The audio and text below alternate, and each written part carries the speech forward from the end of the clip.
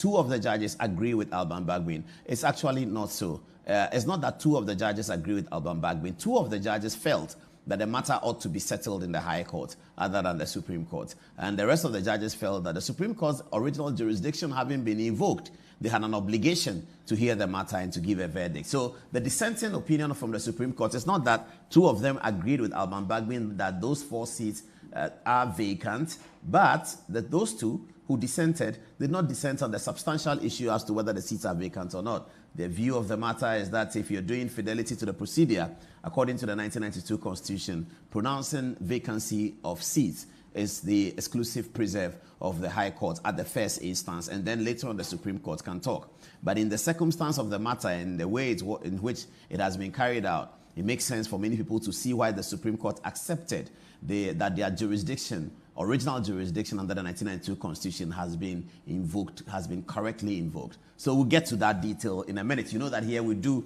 fidelity to the analysis. We'll bring you all the actions, different aspects, and then we'll tell you what is the provision in the 1992 Constitution. So that's our mainstay at now 9:25. You can see on the right-hand side of your screen, you see the victorious applicant, Alexander Afenyo Makin, majority leader in the middle, Gertrude Tokonu, the learned Chief Justice, and of course, the learned Attorney General, Godfrey Adame, who stood on his feet to make all of those arguments. Yesterday, he spoke for half an hour, explaining why the Speaker of Parliament did not or cannot have a personal interest in this matter. Of course, we all know that there's 25 days to go for election 2024 here in Ghana, and we are all looking at it very, very keenly. 25 days more to go. Can you imagine? 25 days to elect a new president. There would be a new president in Ghana because, of course, Nana Addo Dankwa Akufo-Addo is exiting after a successful 2-term. Yeah, that's controversial. We can debate it, but I think it's been successful 2-year term for the president of the Republic of Ghana. If you don't think it's been successful, go out to the regions and ask them. They will tell you that it has been particularly successful. It's been fraught with difficulties. It's been fraught with a lot of difficulties, international difficulties, economic difficulties. But all in all, the president has held his own, and he goes away as a very, very distinguished leader of one of the greatest African countries. That's my belief. You can challenge that. No problem is allowed. Tonight, I have a quote from you later on the touch screen about free speech.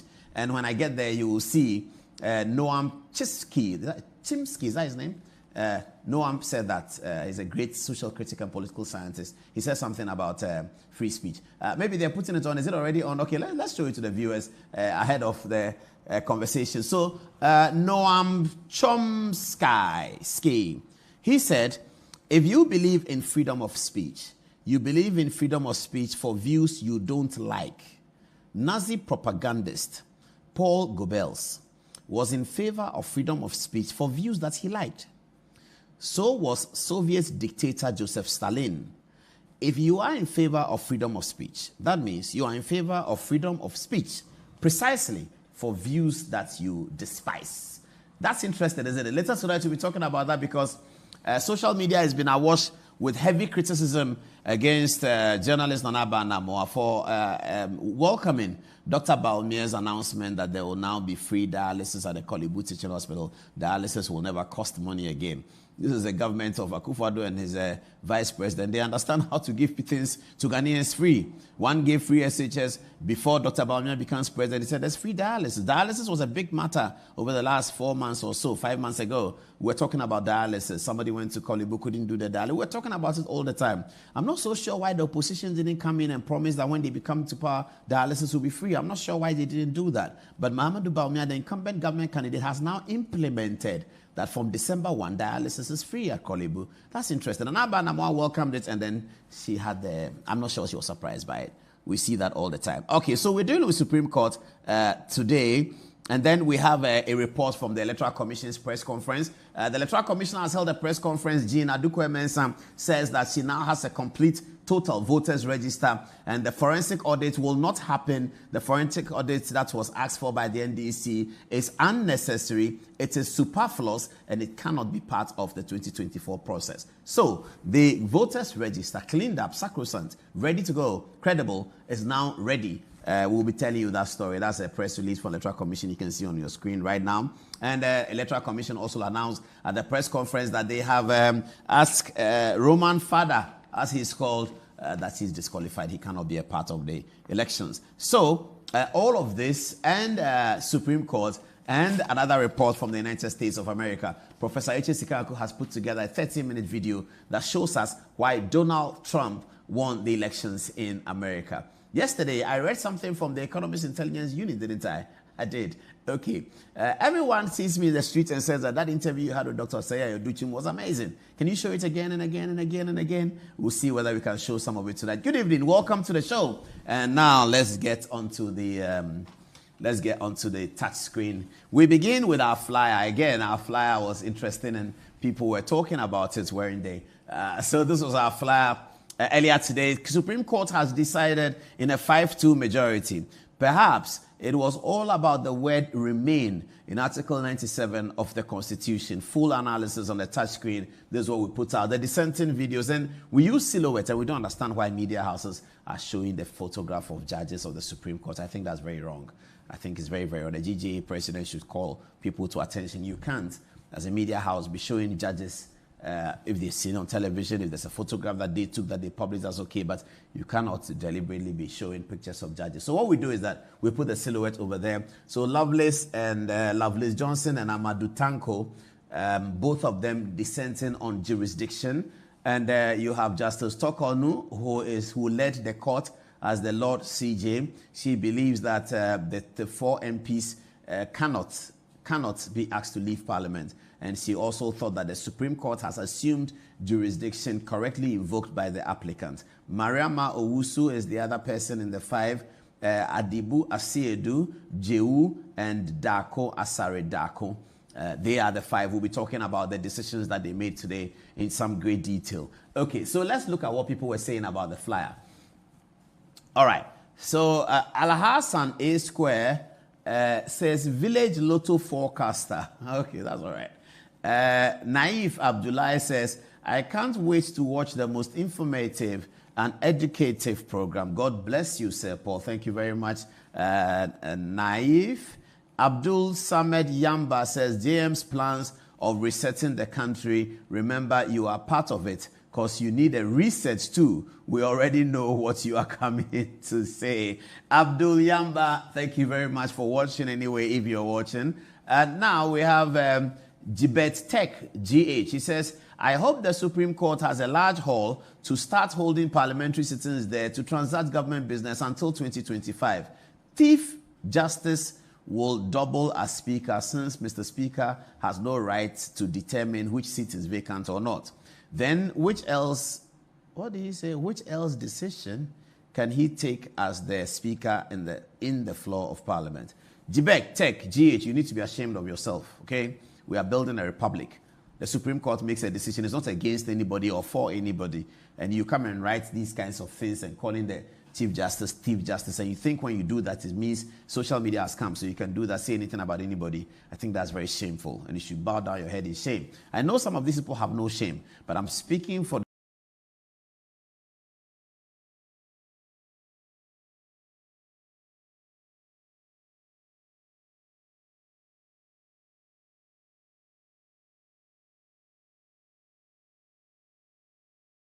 the youth who are watching, that this is not the way.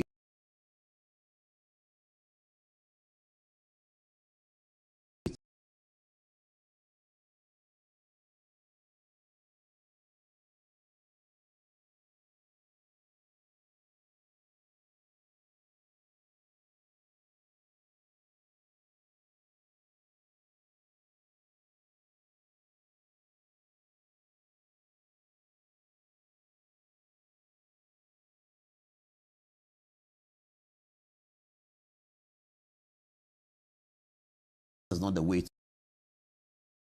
to go. This man has no shame. He'll continue to go like that until he goes down the drain and he's flushed down. Excuse theory entitled Esprit le Loi,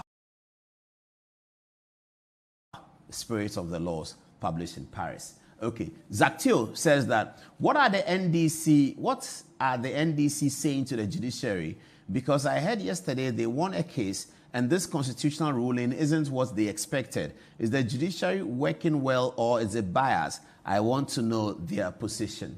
Okay. Kusisa Kodia says, good evening, Paul. The EC has disqualified GFP presidential candidate, but has stated that Madame Ikwa Donkor picture will still be on the ballot. How can a dead person be on the ballot, assuming she gets the popular vote? What happens? Were they not going to print new ballots if Roman Father had qualified? Democracy is expensive, so the EC should delete her from the polls and do the right thing before someone goes to court to halt the process. Well, let's see what happens. Yeah, Boahima says, I was glad when I was called into the house. I was glad when I was called into the house. Good evening, Ghana. All right, thank you. Akaswal Hassan says, Village Lotto forecaster. Kweku the Traveler says, this MPP woman organizer acting as a Supreme Court judge is a disgrace. Knowing well that the unanimous 5 will do it again, she intentionally added 2 judges who know nothing about what they did previously. No wonder they abstained. Did they abstain? They didn't abstain. What a disgrace to Madam Chief Justice. That's unfortunate. Next in the chance is Apostle Paul Adumotre. The interpretation of the Constitution must always be left to the doorsteps of the Supreme Court justices, like how Justice D.F. Anand did with the revetting of ministers after the appointment when the mandate of the government was renewed. This would have saved us from embarrassing spectacle we have been seeing of our honorable members of parliament and the Speaker Kumkin. Okay, I shared that letter here, Justice D.F. Anand. Acting as Speaker, when he was told that the Supreme Court is listening to a matter, he stopped whatever Parliament was doing. He stayed anything Parliament was doing. Asked Richard Kwame Pepra not to present the government's budget, which was necessary for the whole country. We needed a budget to pay staff and to pay workers and to pay everybody. D.F. Anand said it's important that we build a democracy. The matters that have been raised in the minority leaders' rate, the constitutional matters at the Supreme Court, Parliament should not do anything to prejudice the constitutional matters raised in the rate of the minority. That was the view of the legendary, may he rest in peace, Justice D.F. Anand. But that was not the view of Alban Bagbin. He doesn't feel that the Supreme Court, if a matter is there, must do anything. He said that he has received the writ, but he proceeded to do what he wants to do. I don't know. I can't pass judgment on the Speaker, so I leave it. Who is Supreme Court? NDC is coming to do the job well for Mother Ghana. Okay, no problem. Nanaya, it says, if I were you, I'll be gathering my evidence. Oral. What's oral? Sani Abacha says, my political science lecturer, I hail you. Oh, Sani Abacha, how are you? Samuel Osei says, the law is what the judges say it is, but this is a misjudgment. Okay. Kwesi Che says, we're in this country some few weeks back when a certain personality whose party are seeking power now bastardized and criminalized the courts and the law. The result, 3 judges, including a breastfeeding female judge, were not only murdered but burnt beyond recognition, save God's timely intervention of a rain that fateful day. Their bodies were identified and properly buried. Today, we are at it again, bastardizing the court. We have a history. I was thinking the agenda to reset will have started from home. As they say, charity begins at home. Let the NDC reset itself against the disrespect and bastardizing of the court and the law. Then we can have faith in the agenda of a reset. Until then, Yamutu, he says. All right, that's the last of the text messages. Let's see what Samira Bawumia has been doing. The second lady, wife of the MPP presidential candidate, has been at all over the country campaigning. This is Samira here in your shot.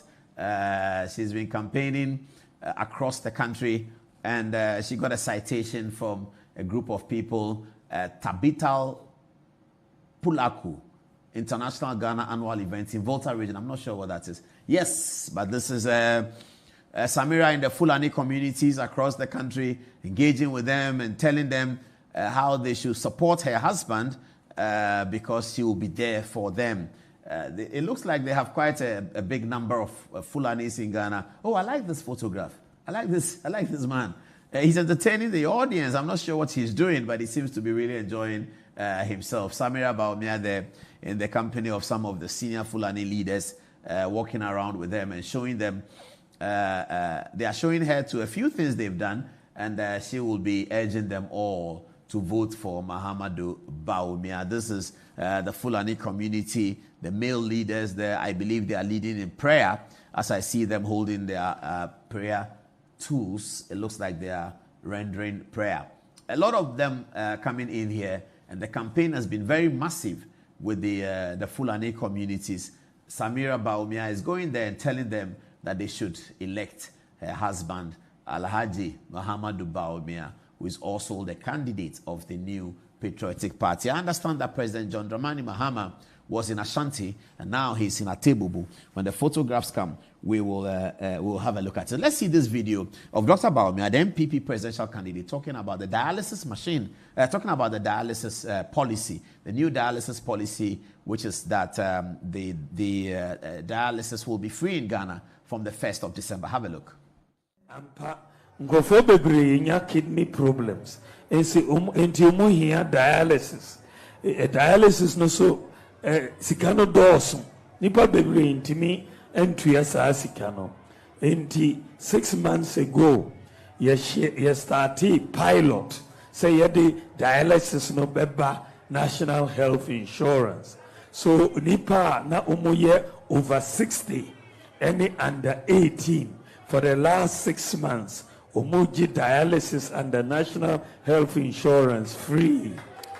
So pilot the pilot eba every from December 1st this year. From December 1st, all kidney dialysis patients umubeji and the National Health Insurance free for kidney dialysis from December 1st. Free dialysis for kidney patients from December 1st in Ghana, announced by the Vice President. And guess what happened thereafter? Our friend Nanaba Namoa said, I'm beyond excited that from December 1, dialysis treatment in Ghana will be free under the NHIS. Gosh, this is a huge relief for patients who have been who've struggled with cost for so long. Thank you at M. Bawumia for making this essential care accessible to all. And she has photographs of some patients and she's celebrating with them. Now, as soon as she says that, the NDC bandwagon goes after her. I think Bawumia can now cancel e-levy, betting tax, greedy lady, etc. They called her. Kevin Ashon says, I'm certain this will stop when he wins the election. These people aren't our friends. What does it mean? Mahama will soon campaign. He started the dialysis treatment policy. That man is a waste. Okay.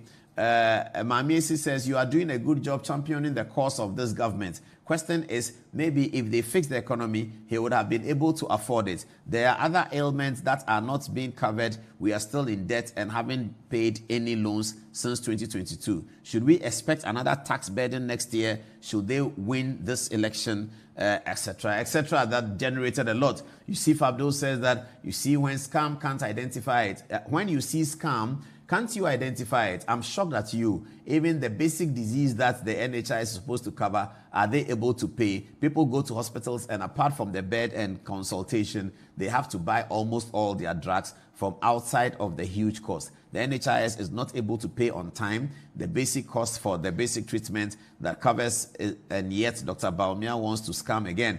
Okay, Yusuf, you are the same people who said free SHS was a scam. That's what you people said.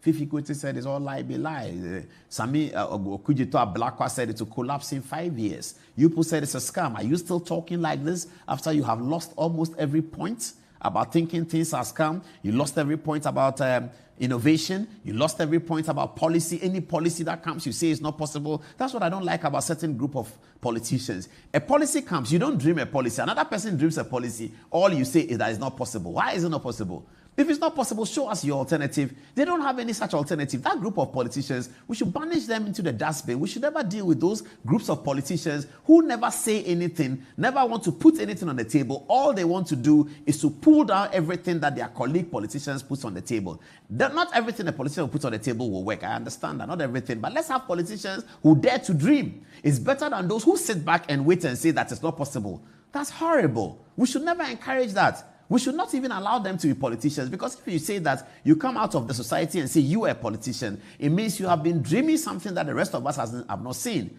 And the something that you are dreaming can help all of us. If you are allowed to implement the something that you're dreaming about, it can help all of us. But some of these people, they do nothing. All they do is, I want to do free access. Oh, it's not possible. I want to do NHIS. Oh, it's not possible. I want to do dialysis free. Oh, it's not possible. Everything is not possible. I wonder why people engage them. Because if we are a serious society for the youth and we are building a nation, we must find those politicians who dare to dream. They may be in NDC, they may be MPP, they may be CPP, wherever they are. We must pick out those politicians who want to achieve something. They may not be able to achieve what they want to achieve, but they are thinking of achieving something. That's a better person as a politician than one who does nothing. And when he hears that the colleague politician is saying, I'll do something, he just tells the people it's not possible. We should banish them away. These kinds of people. Yusuf Abdul Razak, you should be ashamed of yourself. As for you people, everything is not possible. We should remain where we are as a country. We shouldn't go out. Everything is not possible. Free dialysis is not possible. It's possible in London. It's not possible in Ghana. Why? Free SHS, it was not possible. Free maternal health that Kufuor brought, it's not possible. One district, one factory, it's not possible. One village, one dam, everything is not possible. That is why Dr. Bawumia has chosen it is possible mantra. That's a politician that I respect. A politician who is thinking possibilities. He's thinking that we can achieve it, we can do it. It's not the one who says that, oh, you are lying, you can't do it. He's lying. What are you doing? Nothing. If you ask them, what are they bringing? Nothing. Another person says, I'm bringing this. They say it's not possible. Okay, what are you bringing? Zero. From 2022 up to today. What is the campaign bringing to us from the opposition? A huge zero. What are they saying? Government economy is hard. Vote them out. They said they will do free SHS. When you go to the school, some of them don't even have food. Out of 197 schools, they have fed 198. It's left with one. They haven't fed. That's all they do. What are they saying about themselves? This dialysis thing Dr. Bawumia is talking about, it was lying down for the last 4 months. The opposition health committee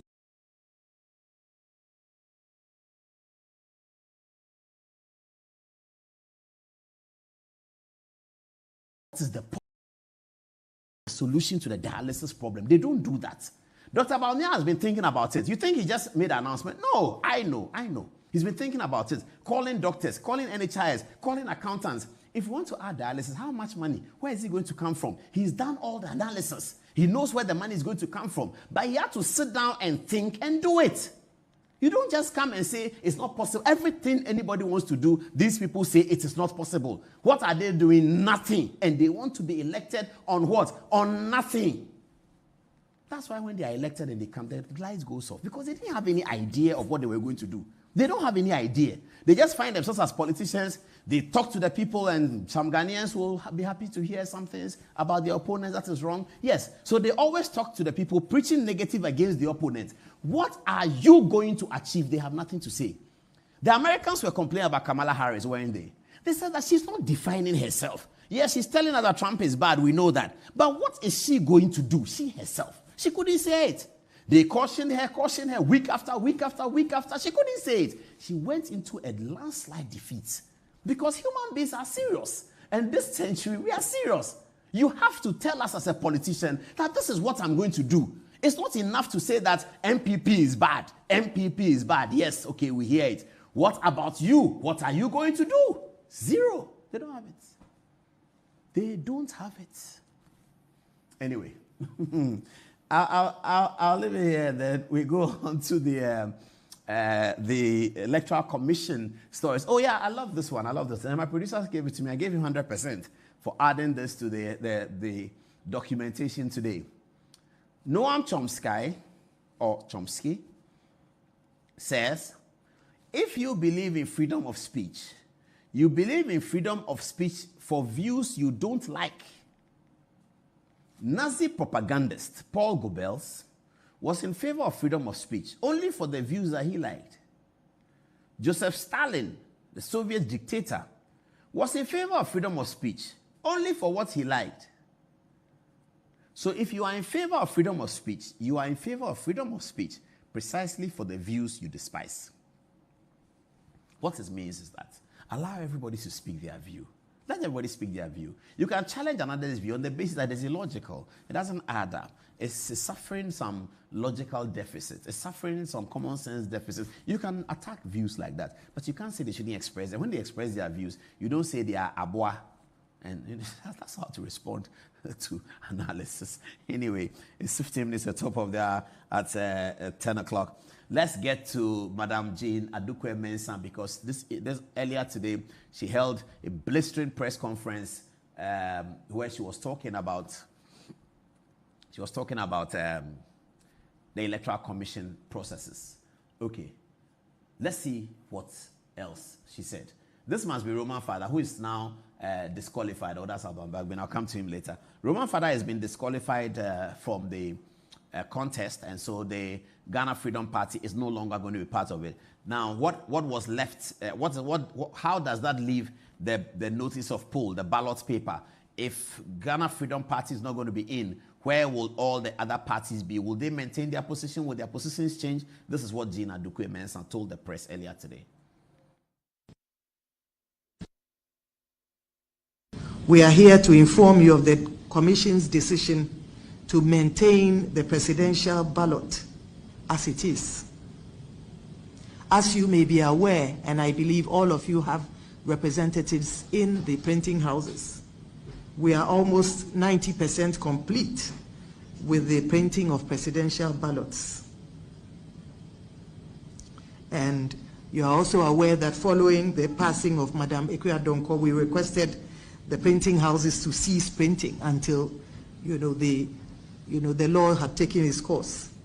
Now that the presidential candidate or the nominee has been disqualified, the Commission would like to inform you that the printing would proceed on the current ballot as is, in the interest of time and to save this country millions of cedis.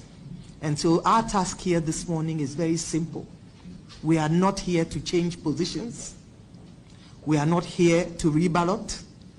We are simply here to inform you that the Commission intends to notify our printing houses to proceed with the presidential ballot as is.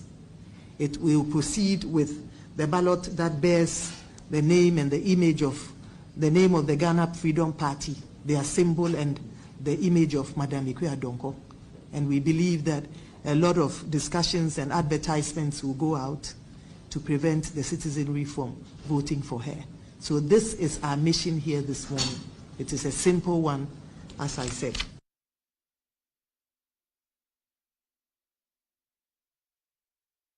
That was Jean Adukwe-Mensah. She also gave us some statistics. They will put it on the screen now. So Ekwe-Adonko, may she rest in peace. She's not competing for the election anymore. But these are the statistics. Okay. Now here we are. So the total number of registered voters, biometric, 18,640,801. That's massive. 18 million people are going to cast the ballot. I don't know whether 18 million will cast the ballot, but the register has 18 million. Total number of special voters who are voting, I believe on December 1, is 131,478. Voters without biometric data, 1,870. Total number of valid voters, 18,774,159. Total number of voters on exceptions list, 33,352. Total number of voters on multiple list, 26,569. Total number of voters on proxy list, 2,141. Total number of transferred votes, 310,579. Total number of absent voters, 441,173. Voters on biometric register refer to voters who will be biometrically verified on election day. Special voter refers to voters who have special duties on election day. Policemen, military, journalists, electoral commission officials, they are category 2. Category 3, voters without biometric data refer to voters who are registered but whose biometric data got corrupted for one reason or the other. They will be manually verified on election day. Number 4, the total number of valid votes for 2024 general election is 18,774,159. 18 million voters with biometric data. 131 special voters 1,870 voters without biometric data. Thus, A plus B plus C is equal to 18,774,159 valid votes. Number 9, total number of absent voters should equal the sum of special voters plus transferred voters. However, a number of polling stations were administratively closed, either because they did not meet the minimum voter threshold required for operation or because local communities requested the commission to close the polling stations for legitimate reasons. Voters from these closed stations were transferred to other polling stations. Since no register was generated for these closed polling stations, no absent voters list was created for them, resulting in 884 voters excluded from the absent voter list. Their records, including details of their movement, are securely maintained within the voters management system, ensuring full accountability. Total absentee voters, 884 voters. So Samuel Tete, the electoral commissioner, the deputy chairman of operations at the electoral commission, he gave us that word that we are sharing with you right now. So what does it say over here? 25 days more to go. Check it out. 25 days more to go for John Dramani Mahama and Dr. Mahamudu Bawumia to slug it out at the polls and determine who would be Donald Trump and who would be Kamala Harris. It's coming up with 25 days to go. I can't wait. On election day, I'll be here in the morning, then in the afternoon, I'll be there. In the night, I'll be back here. And we'll go and take a shower, and then we come and sit here. We'll rearrange the tables. As you know, we rearrange it in the studio, and then at 2 a.m., we'll have the first result for you. I can't wait. I can't wait. It's good. I just love election coverage. Okay. All right. Few minutes to 10 o'clock. I have been talking to you about the presidential debate, haven't I? John Mahama started with the debate, and he said that he has 5 questions for Dr. Bawumia. Dr. Bawumia responded with 50 questions, didn't he? He did. And I said here that, look, this thing about I have questions for you or you have questions for me, it's not healthy. Let's sit together at the debate. Let's do the debate. John Mahama has said he will not do the debate because Dr. Bawumia is not his level.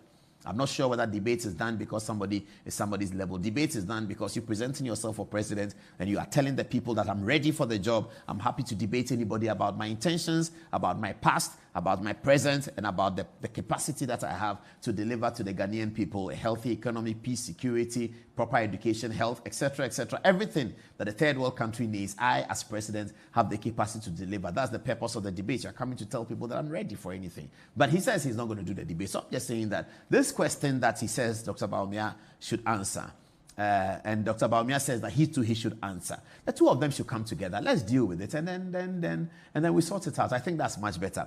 But there's a young lady who has answers for the questions that Dr. Bawumia, that John Mahama asked Dr. Bawumia. Have a look at it. Former President John Dramani Mahama raised some concerns because I don't see them to be questions, but rather concerns. And the first one is, why is the CD to dollar rate 17 cedis now? The question should be, why was the CD to dollar rate 4 Ghana cedis, but then you couldn't provide common chalk for our schools to teach our students, for our teachers to teach our students? Why was the CD to dollar rate 4 Ghana cedis, but you couldn't continue with the existing nursing training and teacher training college allowances that was already there before you came? Why? Why couldn't you continue with it with the 4 Ghana cedis dollar to CD rate? Why was your regime? Why were we having unemployed association in the country when the CD to dollar rate 4 Ghana cedis? Why were all these things there? Why the CD to dollar rate was 4 Ghana cedis, but you said you cannot implement free senior high school, and that it wasn't even possible for anybody at all on this earth to implement free senior high school in Ghana? Why?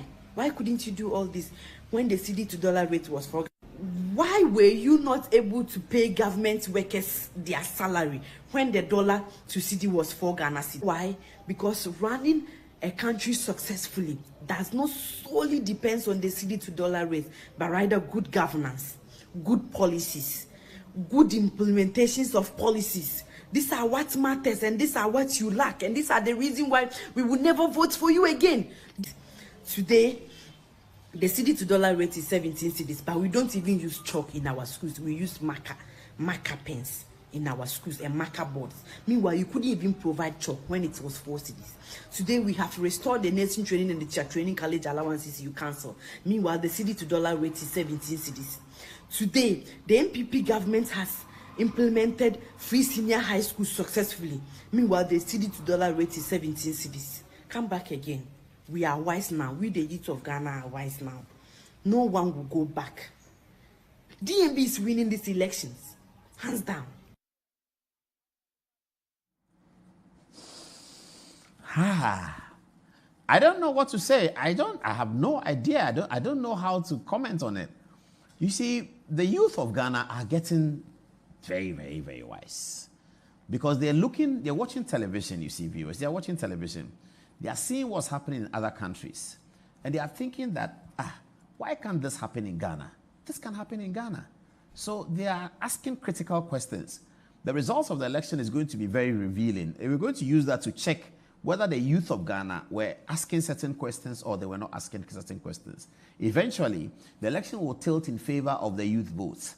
Whoever gets majority of the youth votes will be elected president. So we are watching to see how the youth are thinking. Are they sinking in with Dr. Mahamudu Bawumia on the left, or are they building up a sankofa for John Dramani Mahama on the right? So all of that coming up. The Supreme Court appears to have done its work. They have done what they want to do and what they need to do. That's our big story for today. It's coming up after the break. Now, it's my pleasure to introduce the social media editors. They're just fixing Fatih's mic. They'll finish in a minute, and then we can go ahead with it. And then they'll give us a few text messages. When we come back, we should be ready for the Supreme Court conversation. Later tonight, Dr. Ichesi Kanku has a 13-minute video that is showing us how and why, what are Americans saying, what are ordinary Americans saying about the outcome of the tumultuous election held on 5th November, ending up in a landslide victory for the unlikely winner, for the one that the poll said was not going to win, for the one that the progressive media said he was not going to win, for the one that progressive America said he was not going to win. He won a landslide. Donald J. Trump returns to the White House as the 47th POTUS. Now, back to Ghana. What are people saying? Who should I start with? Maybe I start with Anziba. Okay, let me start with you, Anziba. What are people saying? Thank you very much, Paul. Our first message is from Ibrahim Titus Glover. He says, Mr. Paul, please, can you please help me ask the Attorney General about Sedinam Tamaku's whereabouts? From Baba Chairman Tamali, he says, the speaker will be remembered as a tyrant, a vindictive and a very lawless speaker who presided over a chaotic parliament. Ibn Alidu says, vote number 1. We have Isaac Tete saying, number 1 is winning. From Anabi Isa, he says, the most credible political analysis, Paul the Paul. Mahama is saying, Haja Samira Bawumia is a hard-working lady. I hail her always. Lastly, from Yuri Sosa, he says, best journalist by all standards, your presentation skills and your deeper depth of research for your show is top-notch. God bless you, Mr. Paul. Over to you, Fatih.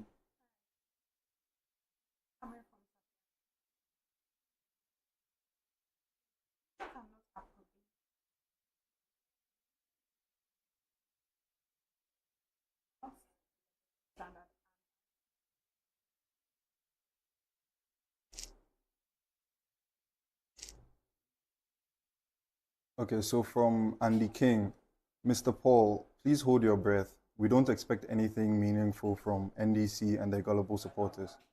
They've all reached the limit of their knowledge, and therefore they can't see the possibilities out of difficult situations. Once it's coming from their opponent, it's not possible. That is the unfortunate opposition. From Shadrach Imbelam, in the future possibilities. It's possible, number 1. From Junior Akbar Tamale, in fact, Ghana needs a visionary leader. Dr. Bawumia will be the best president of the Republic of Ghana. Now, Charles Nana Entry-Bos Jacob says, watching you live from Columbus, Ohio.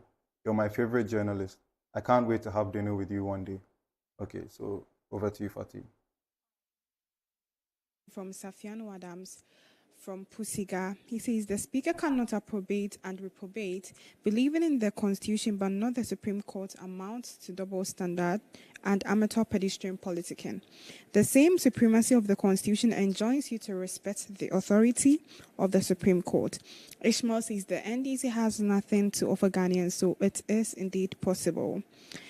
Kingsley says, I like your suit tonight. You look very sharp. General E.L. Koman says, if someone will challenge or seek interpretation on the decision of the EC about image of Madam Ekua-Donkor, that same person should do it early before someone loses the election and go to court on the issue of Madam Ekua-Donkor's image on the ballot. We won't entertain that after the election. William Danche says, what Barbin did with the NDC parliamentary jokers is a failed constitution coup and nothing else, but their political backers and the hypocritical journalists, lawyers, and so-called professionals and media houses led by Joy FM will be at their propaganda best to defend it. Alhaji Bob Sidi says, fellow Ghanaians, let's come out in our numbers and vote massively for Dr. Bawumia. Assalamu alaikum, Paul, and inshallah Dr. Bawumia will be the next president after 7th December. Greetings to Vincent Echo. Now, coming from Ayarig Bananas, he says, watching live from Bosa South constituency on my campaign grounds, which is very fertile for DMB.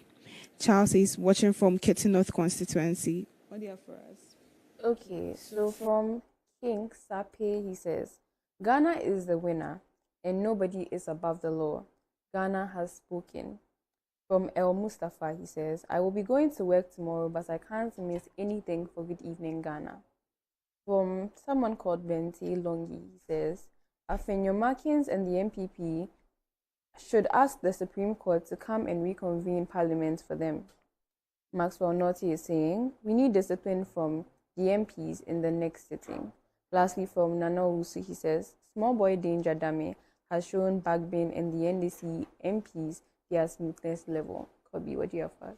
All right, so General L. Coleman said, if someone will challenge or seek interpretation on the decision of the EC about the image of Madam Ekua-Donkor, that person should do it early before someone else loses the elections and go to court on the issue of Madam Ekua-Donkor's image on the ballot.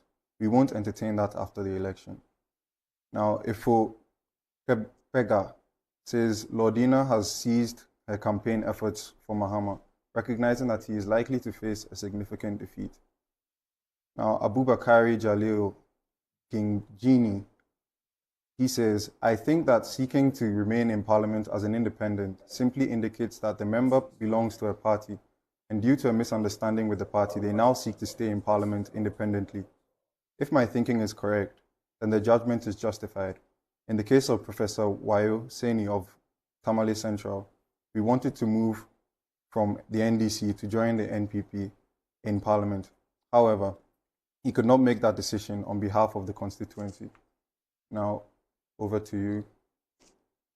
Yes. Come back to me. Come back to me. You remember that song?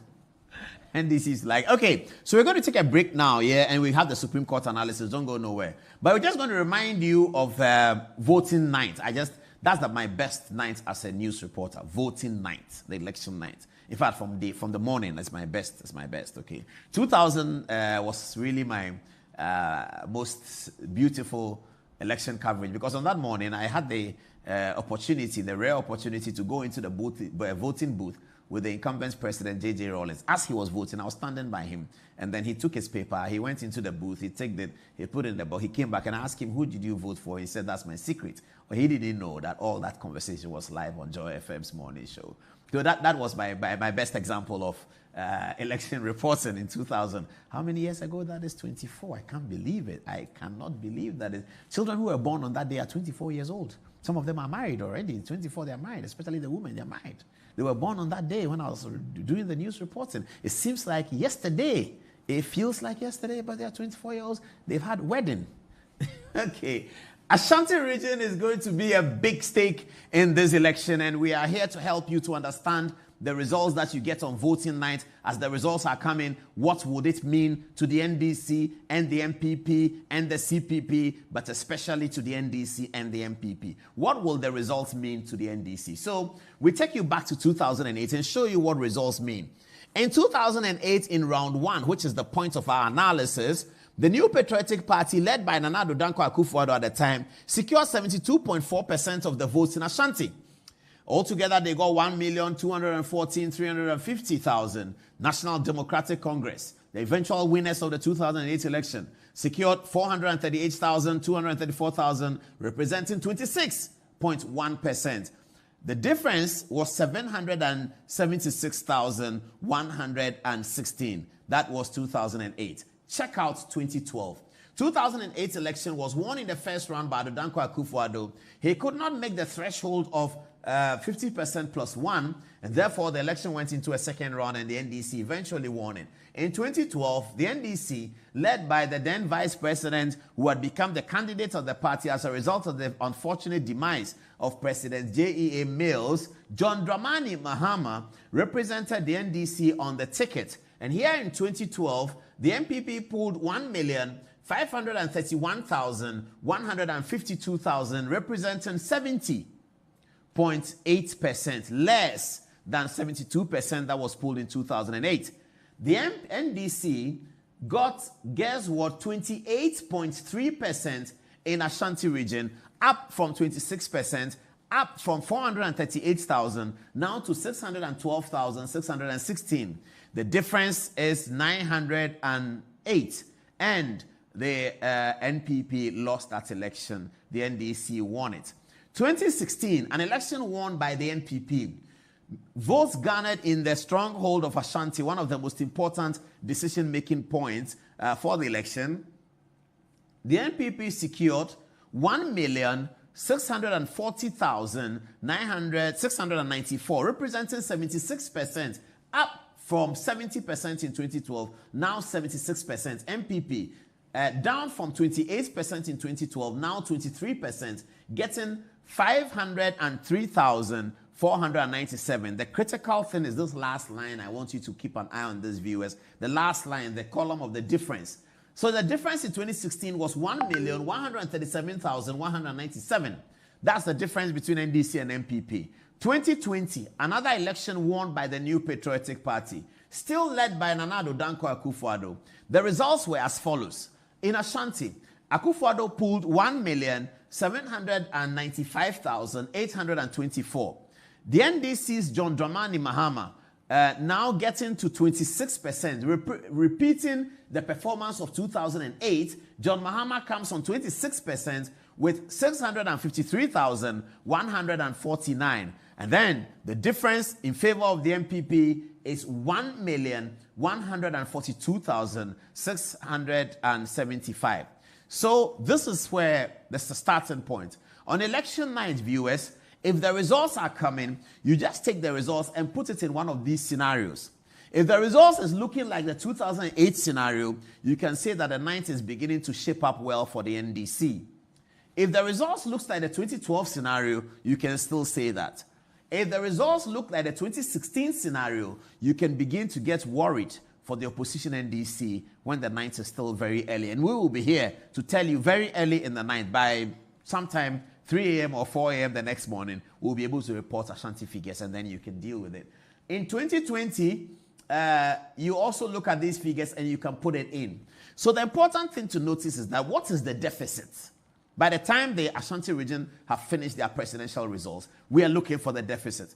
If the deficit is below 1 million, you know that the NDC is doing well relative to performance in other places. We're going to have a critical surgical approach to look at what is likely to happen in the northern region. Our predictive senses are going to be wide up to guess what's going to happen in the northern region in this election. But we start from here. So if on election night, the MPP have not been able to carry Ashanti by more than 1 million deficit between them and the NDC, then the MPP are struggling on election night. But if the results are coming in and it's beginning to look like 2016 or 2020, then you know that the MPP are doing well. All of that is up for grabs here on Good Evening Ghana. You can see anything. When we come back from the break, we'll put up Greater Accra region as well and show you what the dynamics have been in Greater Accra region. Again, since 2008, 2012, 2016, and 2020. We are not going as far back because we think that from 2008 gives us enough data to be able to churn out a certain pattern. The pattern emerges. If you use 2008, 12, 16, and 20, you can have a pattern, isn't it? So we're going to start from 8 and come all the way to 20.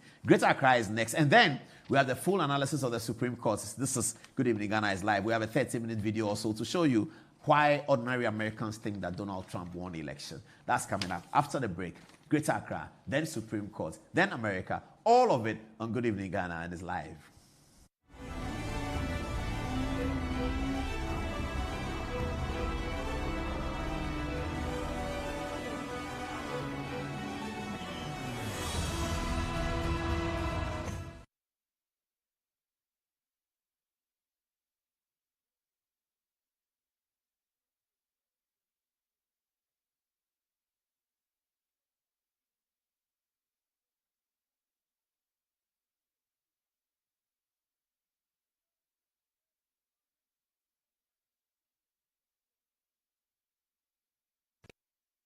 Humanity and the things of God, the college does hereby confer upon Reverend Evangelist Mrs. Patricia Esiama, Doctor of Philosophy in Philanthropic Management.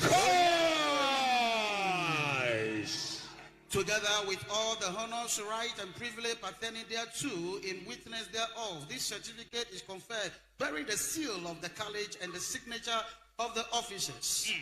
Therefore, by the power vested upon me as the chancellor and the president of this noble college, I conferred upon you Doctor of Philosophy in Philanthropic Management. Amen.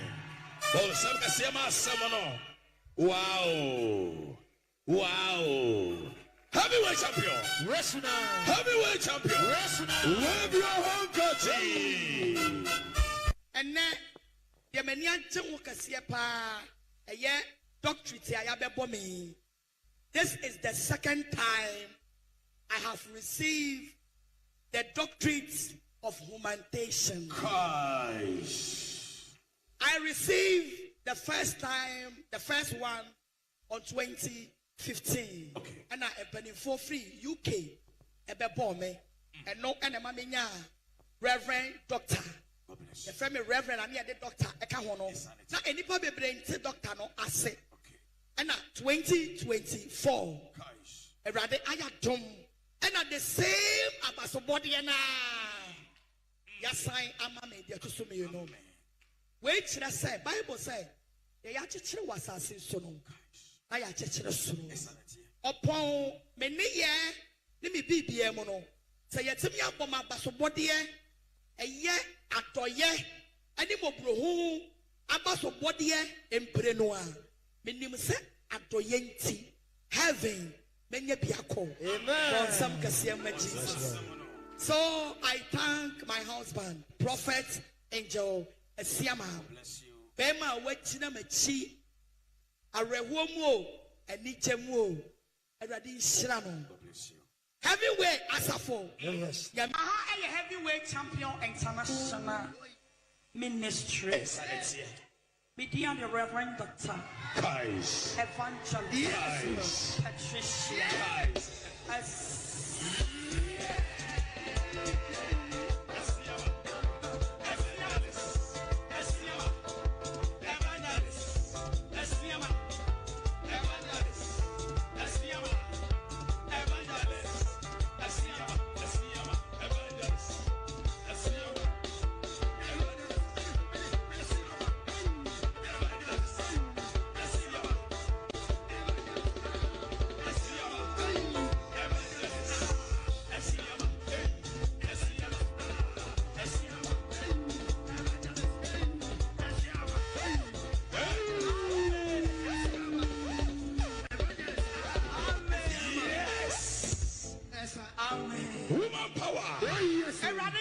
Sunday.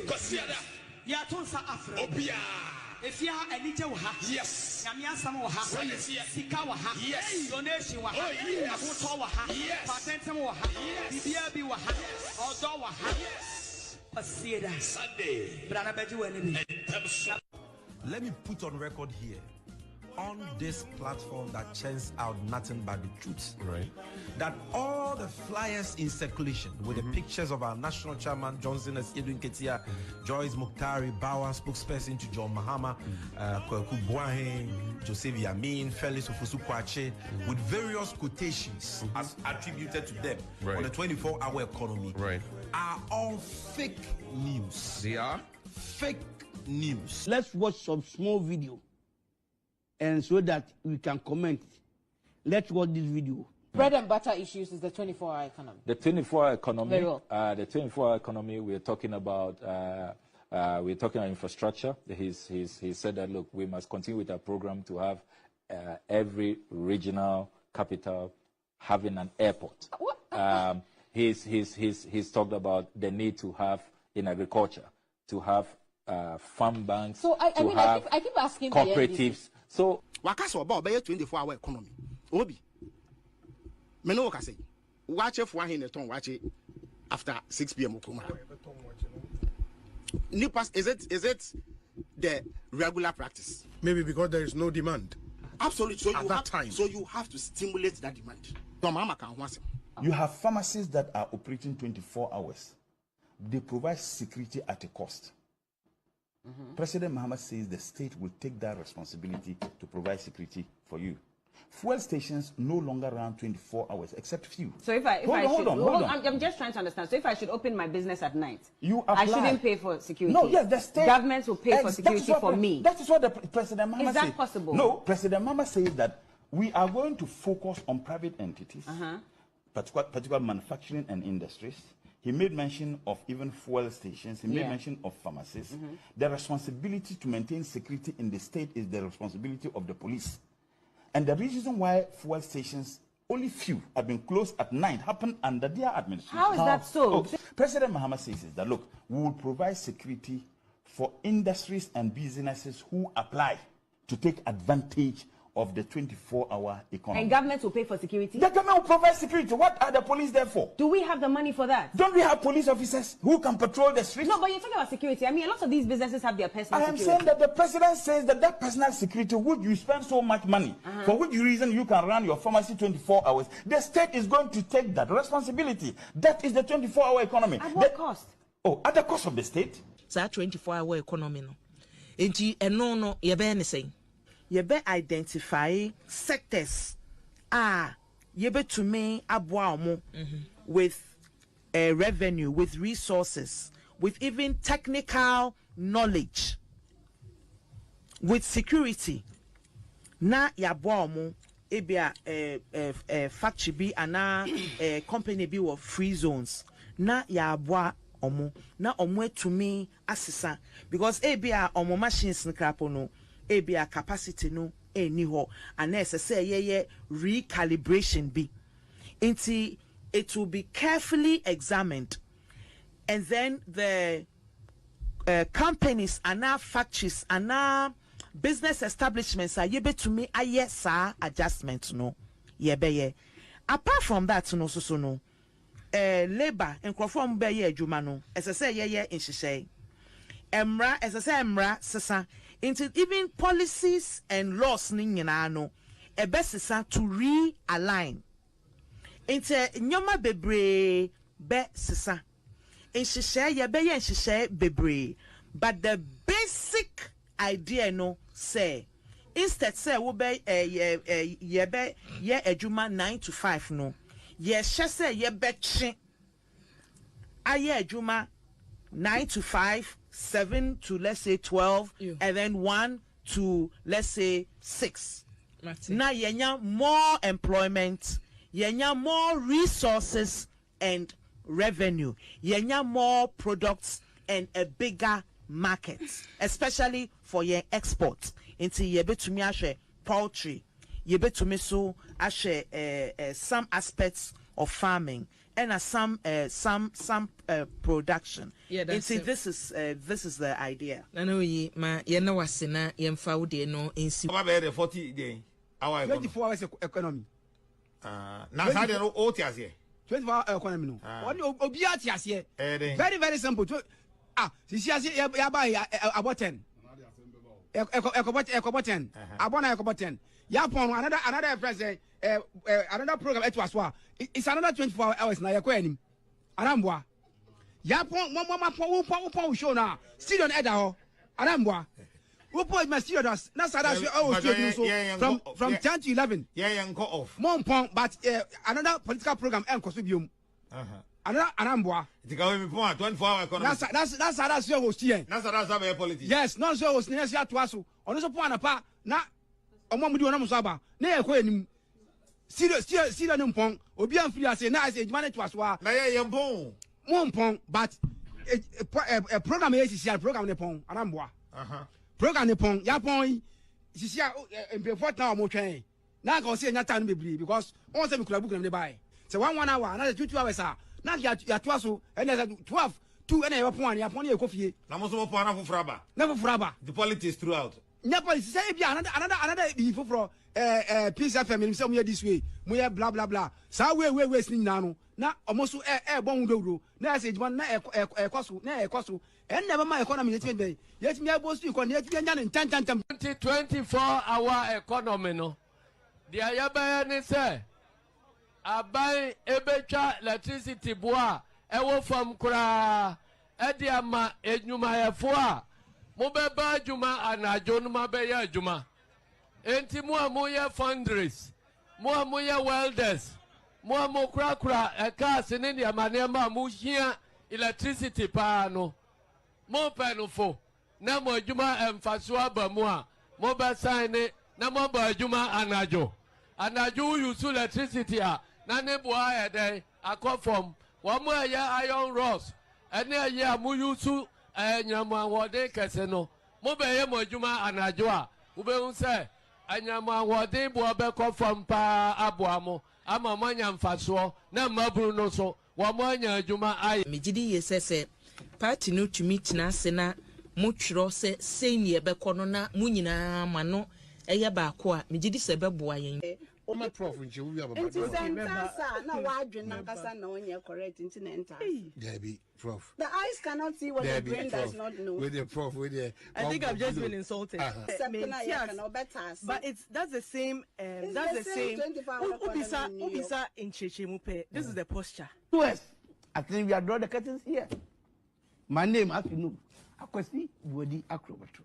Former President John Dramani Mahama raised some concerns because I don't see them to be questions, but rather concerns. And the first one is, why is the CD to dollar rate 17 cedis now? The question should be, why was the CD to dollar rate 4 Ghana cedis, but then you couldn't provide common chalk for our schools to teach our students, for our teachers to teach our students? Why was the CD to dollar rate 4 Ghana cedis, but you couldn't continue with the existing nursing training and teacher training college allowances that was already there before you came? Why couldn't you continue with it with the 4 Ghana cedis dollar to CD rate? Why was your regime, why were we having unemployed association in the country when the CD to dollar rate 4 Ghana cedis? Why were all these things there? Why the CD to dollar rate was 4 Ghana cedis, but you said you cannot implement free senior high school, and that it wasn't even possible for anybody at all on this earth to implement free senior high school in Ghana? Why couldn't you do all this when the CD to dollar rate was 4? Why were you not able to pay government workers their salary when the dollar to CD was 4 Ghana cedis? Why? Because running a country successfully does not solely depends on the CD to dollar rate, but rather good governance, good policies, good implementations of policies. These are what matters, and these are what you lack, and these are the reason why we will never vote for you again. Today, the CD to dollar rate is 17 cedis, but we don't even use chalk in our schools. We use marker pens in our schools and marker boards. Meanwhile, you couldn't even provide chalk when it was 4 cedis. Today, we have restored the nursing training and the teacher training college allowances you cancel. Meanwhile, the CD to dollar rate is 17 cedis. Today, the MPP government has implemented free senior high school successfully. Meanwhile, the CD to dollar rate is 17 cedis. Come back again. We are wise now. We, the youth of Ghana, are wise now. No one will go back DMB is winning these elections, hands down. Dankwa Akufo-Addo, that Adaklu district had the first police station constructed, which subsequently led to the construction of an office accommodation for a district police commander. It is true that this administration, Adaklu district, has seen the construction of the first third road leading to the district capital. It is also true that under your administration, a district court with accommodation for judges has been constructed. Mr. President, Adaklu district shall have a district hospital by 2024 under the Agenda 111 initiative. The soil has been cut and construction work is ongoing speedily. As if that is not enough, it is true that under your administration, Adaklu district is enjoying the first pipe-borne water system. An answer to our ancestors' cry and prayers. We are eternally grateful, Mr. President. Today, as you commission this water system, permit me to refer to the Igbo proverb, "He who brings cola brings what? Life," and state that he who brings water brings life. You have brought life to the people of Adaklu, and on dependence on rivers as well as streams, especially for drinking, has become a thing of the past. Humanity and the things of God, the college does hereby confer upon Reverend Evangelist Mrs. Patricia Esiama, Doctor of Philosophy in Philanthropic Management. Together with all the honors, right, and privilege pertaining thereto, in witness thereof, this certificate is conferred bearing the seal of the college and the signature of the officers. Therefore, by the power vested upon me as the chancellor and the president of this noble college, I conferred upon you Doctor of Philosophy in Philanthropic Management. Amen. Wow. Wow. Heavyweight champion. Wrestler. Heavyweight champion. Wrestler. Wave your handkerchief. And then, the Menyantin Wukasiepa, a year doctorate, I have a me. This is the second time I have received the doctorate of humanitarian. I received the first one on 2015. Okay. And I have been for free UK. Ebebome. And no enema Reverend Doctor. The family Reverend and the doctor. Now anybody brain doctor no ase. And at 2024. Erade ayadom. And at the same abasobody and yasai amame dia to sumi you know me. Wait, should I say Bible say the yachichre was assassin sonum. I yachichre sunu. Upon many ye nimi BBM no. Say yetimi aboma abasobody a ye atoye any mobrohu abasobody emprenoa. Minim se atoyenti heaven. Amen. So I thank my husband, Prophet Angel Esiama. Bema wetina mechi arewomo enichemu eradi shirano. Heavyweight asafo. Yes. Aha a heavyweight champion international ministry. Median the Reverend Doctor Evangelist Patricia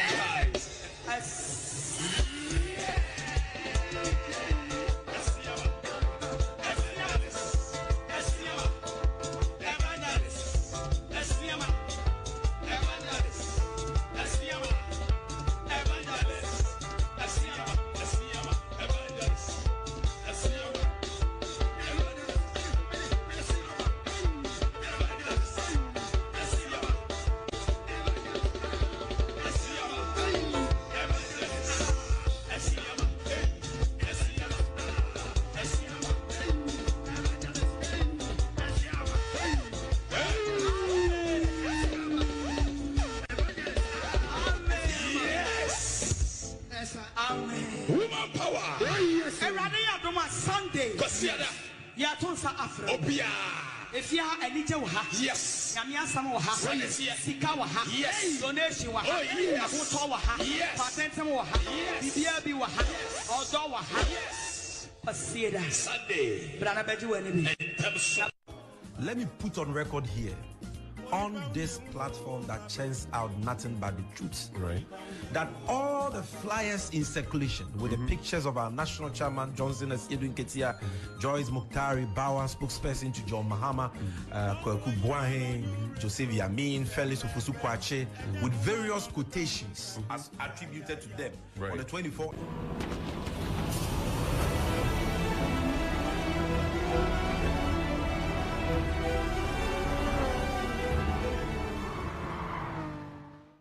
By court. In a majority decision of 5-2, Lovelace Johnson JSC and Amadou Tanko JSC dissenting on the issue of jurisdiction, the plaintiff's action succeeds. The full reasons and orders of the court shall be filed with the registrar by close of day tomorrow, 13th November 2024. This is the judgment of the court.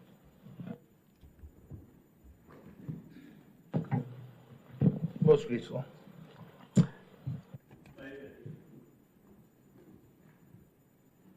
By court. In a majority decision of 5-2, Lovelace Johnson JSC and Amadou Tanko JSC dissenting on the issue of jurisdiction, the plaintiff's action succeeds. The full reasons and orders of the court shall be filed with the registrar by close of day tomorrow, 13th November 2024. This is the judgment of the court.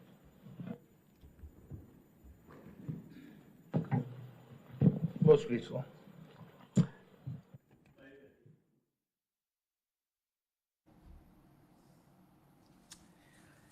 All right, now let's get to the analysis that what many of our viewers have been waiting for is here. So the Supreme Court ruled today that in the 5-2 majority decision, the application of Afenyo Makin has been sustained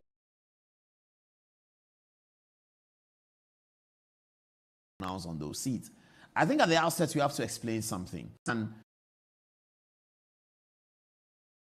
practically vacates his seat according to the Constitution. Now the person can leave the party that he's in without it being about elections of the next parliament. So we have to understand that. So if today the NDC writes to Alban Bagbin, the speaker, that Haruna Idrisu is no longer a member of the NDC, immediately that has triggered a by-election. If there's no by-election, 6 months to election, there's no by-election, then there will be no by-election, but Idrisu Haruna will be asked to leave the parliament. It has nothing to do with the election. I think we are confusing the thing. So the interpretation is being given that once a person says, I'm contesting on the ticket of independent, or I'm joining another party as independent for the next election, then we're assuming that he loses his seat. But the constitutional clause says that if the person is doing so, as in changing his political party, but seeks to remain in parliament on another political party different from the one with which he came to parliament, that's where the problem is. So there are two ways of people leaving parliament. One, that your relationship with the political party has gone south and the party has sacked you. You leave parliament. It doesn't have to be election. So I think we should get that clear. It's not so much that I'm filing and that is where the issue arises. No, it can arise on day 1 of parliament. It can arise on day 2 of parliament. If after the 2021 brawl in parliament, the NDC decided that Javier Sosu has been seen in the video as slapping somebody, we are not proud of him, we've sacked him from our party. Immediately, Javier Sosu leaves parliament. It doesn't have to do with any election. I think at the outset, you have to make that clear. There are two ways in which people can leave parliament. Well, several ways. One of the ways is that your political party writes to the speaker to say that you have been fired from the party. You can go to court and challenge that you can be a member of the party. That will be difficult because it's freedom of association. And it's the party that decides whether you should be part of them or not. And according to their rules, you can go to court and say the rules were not interpreted correctly. That's entirely up to you. But that's one way in which the seat can be vacant under Article 99 when the party has sacked you. The other one is when you seek to leave the party and then you want to join another party in the same parliament. That's what the law says. You are leaving the NDC. You want to join the MPP in the 8th parliament. You are leaving the MPP, you want to join the NDC in the 7th parliament. In the same parliament that you came in as NDC, 7th, 8th, 6th, 4, we named the parliament. In that same parliament, you want to change to another party and remain in the same parliament. That one is what the Constitution says that you cannot do that.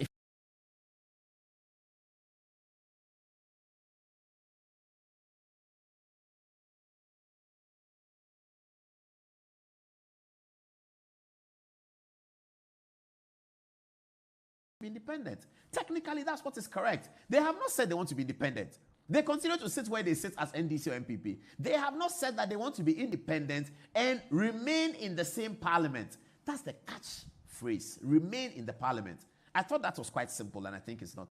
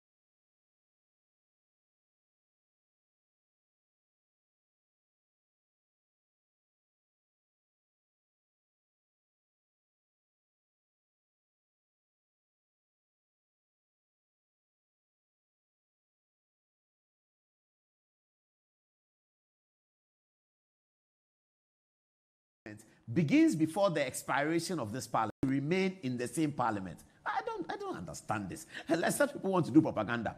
There's also Michael Quay, and I'm presenting this as a defense for Michael Quay. Michael Quay received a letter from the New Patriotic Party. Says that we have sacked this person from the party. Irrespective of what the matter is, the party says they've sacked him, and therefore he has to leave parliament. That has nothing to do with the remain. A party has sacked you from their party. It has nothing to do with you are remaining in parliament. You are automatically gone if the party whose tickets you went there with say that they have sacked you for whatever reason. Okay. The other thing is that if you want to leave your party and join another party, you cannot do that in the same parliament. Okay, let me just read that. A member of parliament shall vacate his seat in parliament if he leaves the member at the time of his election to parliament to join another party or seeks to remain in parliament as an independent candidate. To remain, to become independent and remain. That's the critical operative word. Remain. So you come into Parliament 7 as blue. You want to change whilst Parliament 7 is still on. Prohibits that. Into the details. So timer. This ends 1. Please, very important. It's 5 minutes. It ends it. All right. Article 99. The High Court shall have jurisdiction. Has been validly elected as a member of parliament or the seat of a member of parliament has become vacant. The High Court shall have jurisdiction. Again, it did not say that the High Court shall have exclusive jurisdiction. It did not say. Other parts of the Constitution, and producer, if you can find any article that shows exclusive jurisdiction, let me have it. It says the High Court shall have jurisdiction. It didn't say exclusive jurisdiction. Because the Supreme Court is the author of interpretation of the Constitution. Any matter at all can take the form of a constitutional interpretation. The lawyers will tell you that. A matter can start as a land matter. Paul Adomotri versus John Dramani Mahama. We are fighting over Abobloshi land. It can become a constitutional matter.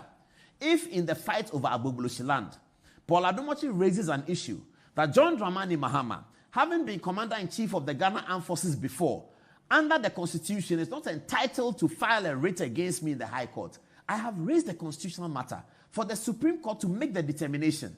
And the Constitution says that the Supreme Court has exclusive jurisdiction in the interpretation of the constitutional provisions in 1992's document. They have the exclusive jurisdiction. So constitutional matters can be raised and find itself raised in any matter. It can come from anywhere. But in constitutional matters, the apex court, the Supreme Court, has exclusive jurisdiction. That's what it is. The High Court here has jurisdiction, but it's not exclusive. So the conversation I was telling you about today, apparently when the judges went into the court, they went into conclave to make a decision, to share their decision. So they were arguing, I won't tell you who, because if I say that, you sort of get it. I mean, I won't even tell you the agenda. If I say it, you get it. So one person who is voting for the dissenting asked the person voting for majority that where? We say we are going for the majority. We are interpreter, speaker can't do that. Then the other one said, I agree with you, but this is a matter for the High Court. And therefore, when Afenyo-Markin brought his application, this opinion suggests that when Afenyo-Markin brought his application, the Supreme Court should have declined original jurisdiction and revert to the High Court for the jurisdiction. Let the High Court make a decision. If the applicant or the respondent are unhappy with the decision of the High Court, then they will file an application to the Supreme Court, an interlocutory application to the Supreme Court for additional issues. This was the view, and I believe it may be the view of the two, but we have to wait for tomorrow and see what the views really are. But we are suggesting here. Now it's okay. But this is a matter of critical issues. First of all, the time is important. 3 weeks to election.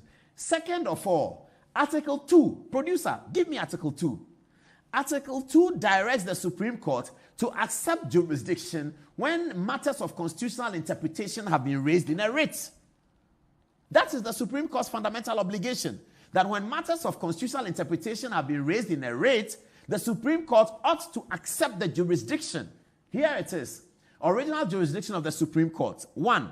Subject to the jurisdiction of the High Court in the enforcement of the fundamental human rights and freedoms provided for in Article 33 of this Constitution, the Supreme Court shall have exclusive, original jurisdiction in all matters relating to the enforcement or interpretation of this Constitution.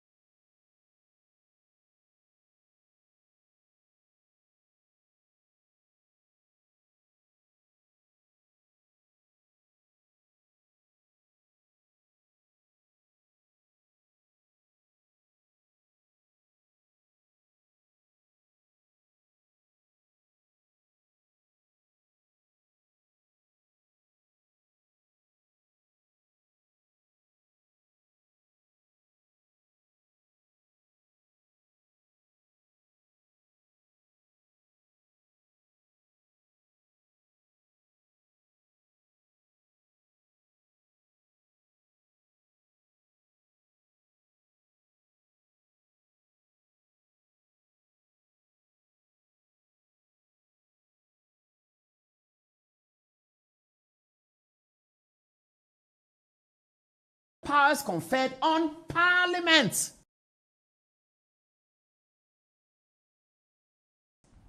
So the framers of the Constitution had supposed that there would be friction and Parliament would do certain things that will require the interpretation. Oh, what are they talking about? What is anybody talking about? This is so clear and so obvious. Why are some people in Ghana creating a fetish about something that is straightforward? It is straightforward. Why are people creating some fetish about it? I see cartoons where they put a king's crown on Bagbi's head and he's walking like this. And I don't know what that cartoon means. But this is the problem that I have. As a news reporter, we have to develop a republic where things are straightforward. And we have to have fidelity to the text. This is the 1992 Constitution.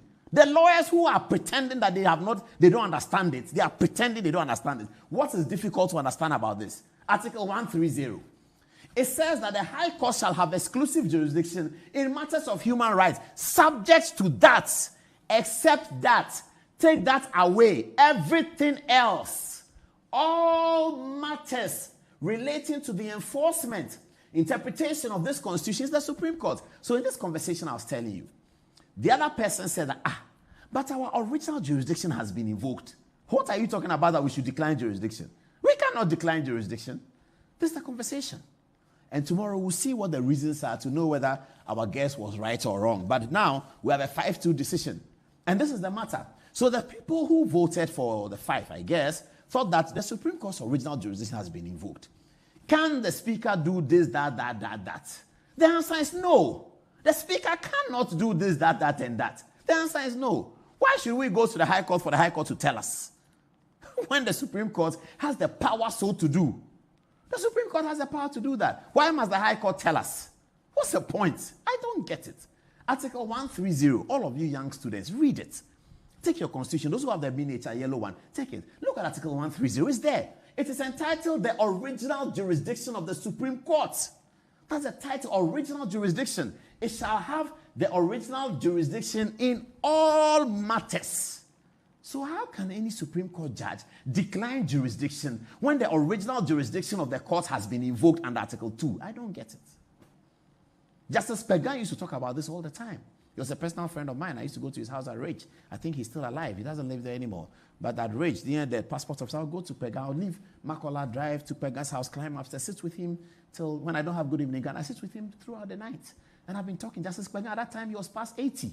He was talking to me about law. And one of his passions was the original jurisdiction of the Supreme Court, that when it is invoked, the Supreme Court must deal with it. A person who alleges that an enactment or anything done contained or done under the authority of that or any other enactment or any act or omission of any person is inconsistent with or is in contravention of a provision of this Constitution may bring an action in the Supreme Court for a declaration to that effect. Article 1B. If a person feels that anybody has done anything in contravention of, in excess of his power, etc., etc., that person can bring an action to the Supreme Court for a declaration to that effect. How can the Supreme Court, when this jurisdiction is invoked, then say that I don't have jurisdiction, it should revert to the High Court? The only matter under the Constitution where the Supreme Court would have to revert to the High Court clearly is provided for in Article 131, says, subject to the jurisdiction of the High Court in the enforcement of the fundamental human rights. So if I'm suing on fundamental human rights, Article 33, the Constitution requires me to go to the High Court. There, the High Court has been given a sort of exclusive jurisdiction. Any other matter, it says that all matters relating to the enforcement and interpretation of the Constitution, including the powers conferred on Parliament. Separation of powers. It was a book written by Montesquieu in 1778. It's called Esprit de Loi. And in separation of powers, Montesquieu is not talking about separation of powers so that the powers don't talk to each other. I mean, once you read separation of powers, you will come to the conclusion that there's no separation of powers. Political scientists, do you agree with me? Once you read the theory of separation of powers, you will actually come to the conclusion that there's no separation of powers. Because Montesquieu then whines in his theory and comes back to say that he is not suggesting that there should be, there's a word he uses, watertight separation. That's the expression Montesquieu uses. That he's not talking about a watertight separation. He is talking about a way in which they can collaborate. And he cites the American Constitution as one of the best ways in which you have separation of powers, checks and balances. He talks about the separation of powers under the American Constitution, implemented in how the parliament votes at a different time from the president. Americans elect their parliament at a different time from the president. So, however, that during the time of the presidential election, 1/3 of Senate is up for election. So Montesquieu then comes back and says that, yes, they don't even vote the same time. But you see, when they are voting the president, they vote some of the MPs. And that the president is the executive, the judiciary is the judiciary, but the president will nominate the Supreme Court judges. After he has nominated them, the Supreme Court judges will have to go to Parliament. So the Supreme Court judges in America, they are nominated by the executive, they go to Parliament for the authority, and they come and sit as a third arm of government. So Montesquieu then comes with all of these analyses that suggest that once he says separation of powers, there's actually no separation. May he rest in peace. It's called Baron de Montesquieu. Baron de Montesquieu. We took it as nicknames for many people when we read the theory. He's a very, very brilliant guy. And you are 21 years old, you read Esprit de Loi, you feel like you're on top of the world. I mean, you feel like you're going to be some great legislator, or you're going to be some great politician, because you read it and you see that you have learned something. Thank you, Montesquieu, for sharing this with the world. That's separation of powers. That's it. There's no separation. You say separation of powers and you come around to it. Kweku Azar says things, some of the things he says that are funny, but on this particular matter, I think I agree with him. He says Dr. William Akoto, MP for New Abrim, 2021 to 2024, did not vacate his seat when he ran as an independent for the 2024 election. Now, Kweku Azar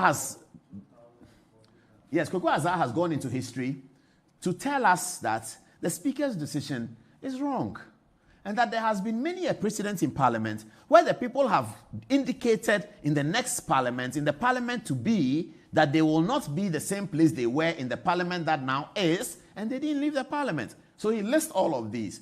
William Akoto is one.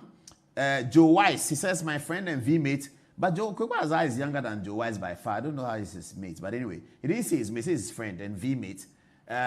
Independent in 2008, did not vacate his seat, even though he caucused with the MPP and ran as an MPP candidate in 2012. You remember in 2008, Joe Wise, who is currently the first deputy speaker, and which is a great example. Joe Wise is in the chair as first deputy speaker. Has the Parliament forgotten? Alban Bagbin, the right honorable speaker, was in Parliament when this Joe Wise thing happened. Has he forgotten? Joe Wise in 2008 was unhappy that he did not win the primaries in one of the Ashanti region constituencies. He decided to run as independent. He won. He came to Parliament as an independent candidate, sat with the MPP. Then before the end of the 2008 Parliament, he filed as an MPP member for the 2012 election. He remained in Parliament. There was no problem with it. That's the precedent. Bagbin was in the chamber at the time as one of the important MPs. That's the precedent. I don't know whether he referred to this in his ruling. I don't know what Mr. Bagbin referred to in his ruling. But obviously, this was precedent that he really should have looked at. Anyway, and then he talks about another one. Who is he talking about again?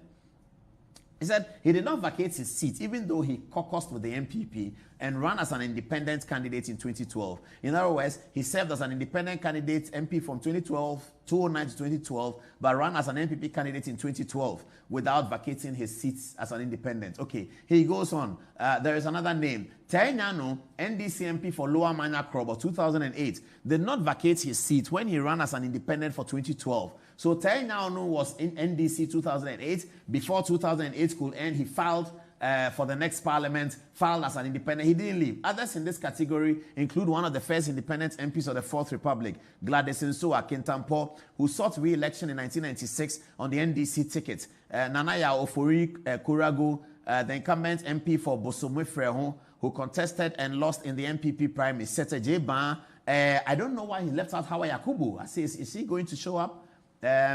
Rashid Bawa, independent for Akan. Then the next time he came as MPP, he forgets Hawa Yakubu, but Hawa Yakubu is a good example as well. Those of us who know Hawa Yakubu Ogede, our great mother and auntie, she also was an independent member of Parliament in 1996. In 2000, she came as an MPP member for Boku Central, and she didn't leave the Parliament. So all of this precedence was available for Speaker Bagbin. I'm not sure what happened. Let's get to the video of Professor Echesika Anku at the stage. Now that we have 6 minutes to the top of the hour 11, it will run for 13 minutes, and then we'll come back, take text messages, and we'll be wrapping up tonight on the show. I hope you've enjoyed it. Don't blast me too much on social media, because sometimes these legal matters, they kind of make you, they IQ a little bit. That thing is so straightforward, it's so simple, and then some people are playing royalty with it. Okay, this is HA's account of Americans voting for Trump. Donald Trump has been elected as President of the United States once again. There's a lot of discourse and discussion around this. One of the main things people are asking is, why did he win? Why did people vote for him? How did he win? The questions about young people. How did he perform so well among different demographic groups, among men, among young people, among older women, older people, and across board, he had the support.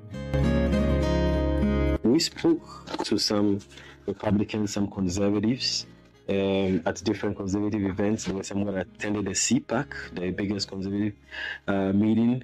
We spoke to some college students as well, to get some insights. Across board, there were many things that were important to them, but the major things that came up was jobs, was the economy. The rising food prices was a major concern as well.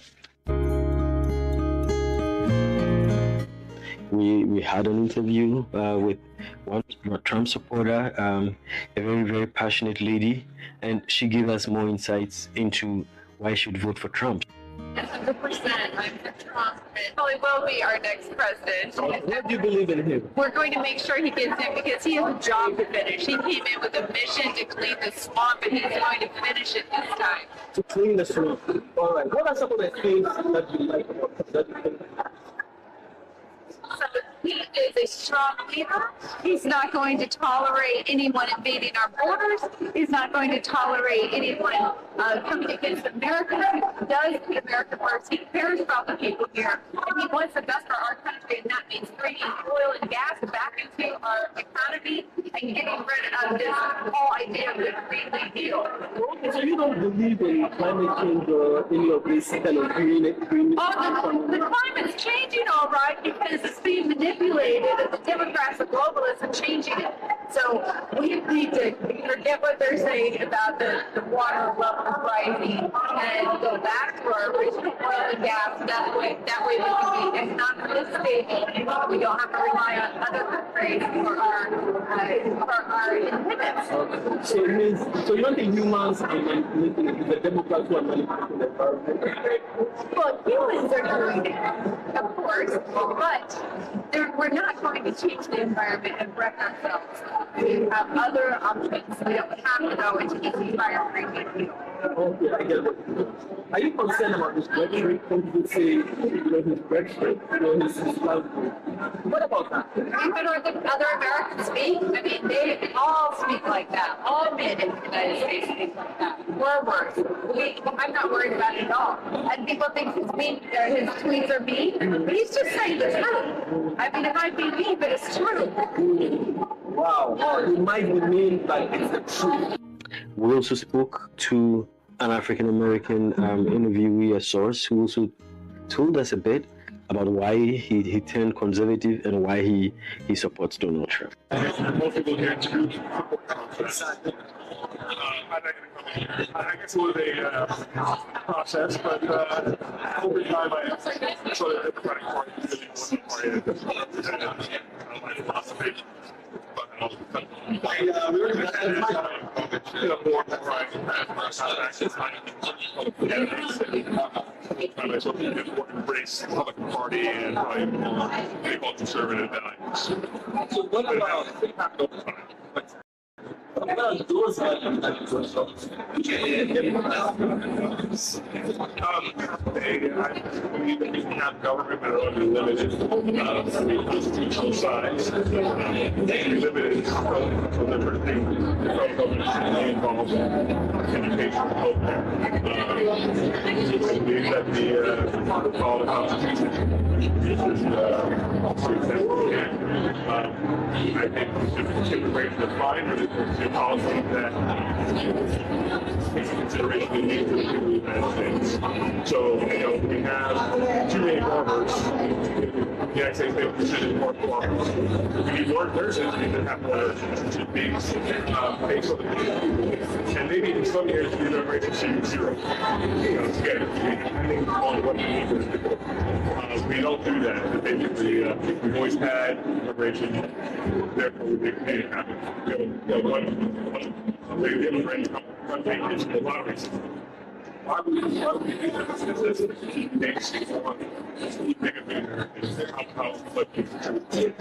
So immigration is the biggest. Right. So you don't support the law. No, of course. But that's how a lot of people get into this conversation. No, I understand that. And they benefit people coming here. The question is, does it benefit people already here? So, the pilot come here. And you have certain skills. You want to make tapes, you make furniture, you're a doctor, you're a medical doctor, there's people's brains that again, it should be immigration policy should benefit people already. So that's immigration. Big things about debt reduction. Republican Party and Democratic Party will vote bad on spending, trying to reduce debt. But they say something like Has there been questions about why young people who the thinking was that they are more liberal but quite a number of young people supporting Donald Trump. We spoke to some college students to find this out. I was privileged to be at a college Republicans meeting or event at the University of Maryland. It was a very typical meeting of theirs. They had a speaker who came in to speak who touched on a number of issues. We can feel nothing but shame at how we live today. With our streets filled with people dying from drugs, littered with people dying on the sidewalks with needles in their arms. When we see children being abused in schools, our fellow students being indoctrinated, brainwashed to hate themselves, to hate their fellow countrymen. All of this happening. Of course, how can anyone be proud of this country? And how have our politicians responded to all this? What was happening? Well, Trump entered this back in 2015. He was talking to people on the campaign trail. They always say this to him. He said that they would go around to campaigns and say this. The sun will rise, the moon will set, and all sorts of wonderful things will happen. And people were saying to them. So the speaker addressed them, spoke on media issues, talked about the fact that they should rise up, that they shouldn't keep their voices muted, that the culture, the American culture was being destroyed. It was important for them to make their voices heard. I'm speaking to you guys today. I want you guys to remember who we are. We are not cowards. We are not less than these people. That we have the ability to change world history if we do this. We did it back in 2016. We took the universities back, and we fought back, and we put them in their place. In 2020, we did the same thing in Virginia. We have the ability to change everything and make this world a better place, only if we actually fight. Some of the young people also that we spoke to made their voices heard. And we came to observe a college Republican meeting, and we decided to speak to one of the members. I'll let him introduce himself. I think he's the vice president. I'll let him introduce himself, and then we'll carry on. So, hi, and tell us who you are. So, hi, my name is Ethan Vinod. I am the vice president of the University of Maryland College Republicans. I am a sophomore here, and I'm very happy to talk to you guys. All right. So, very briefly, he told us how he became a conservative. I just want him to tell us briefly why he supported Donald Trump and why he thinks other young people should support him. So I think that rating those who are literally blowing up on YouTube, like, to understand who you're making a video for. And so if you want to grow on YouTube, even the videos that seem like they're the most random, but they do really well, it is specifically because they understand who they're making the video to. Even something that seems as random as Mr. Beast content or an ASMR channel, they understand that they are making a video for someone who is watching their video for a particular reason. And so you have to go as to who we will select to be our next president, vice president. But we are united via the principles of small government, being pro-life from womb to tomb, as well as what else the party has put forward in its official publications. I support Trump, not because I necessarily agree with him policy-wise. I think his results speak for himself. It's easy to say you will do X, you will do Y, you will do Z, and it's another thing to do A, B, and C. Trump during his first 4 years brought economic stability, brought record Wall Street returns on the stock market. He also brought lasting social peace. He was able to navigate complex times like the George Floyd riots and things like that. Trump's presidency also benefited the world. We had a Russia that didn't aggress on any other nation. We now have an Israel versus Palestine conflict as we're seeing right now. I think Trump's standard of leadership has shown the world that if they try to make moves that are contrary to what the U.S. has in its own priority, that there will be consequences. For example, Trump going after a top ISIS leader in the days after just showing the American flag in one of his tweets. I also had the opportunity to speak to two ladies. In fact, it was a mother and a daughter combination who were at the CPAC event. I had a chance to speak to them, and that conversation was also quite revealing. Are you Trump supporters? Is it a family tradition? Is it a family tradition? Well, most of our family's conservative, but it's not a tradition. Everyone thinks differently. We have a couple that may not necessarily be as conservative as we are. Some of them are. So what attracts you? Freedom. Yeah. Because we're people and fighting for us. He doesn't give up. He's resilient. Yeah, he's great. So role model. Oh, he's a role model. Well, just like inspiring. Everything he has done, he does not give up in anything. Right. So he's persistent. Yeah. And he cares. He actually wants to change. This is a change factor. Yeah. And there's a lot of things. I'll come to man. What about you? What you find appealing? He's not afraid to tell the world what he believes.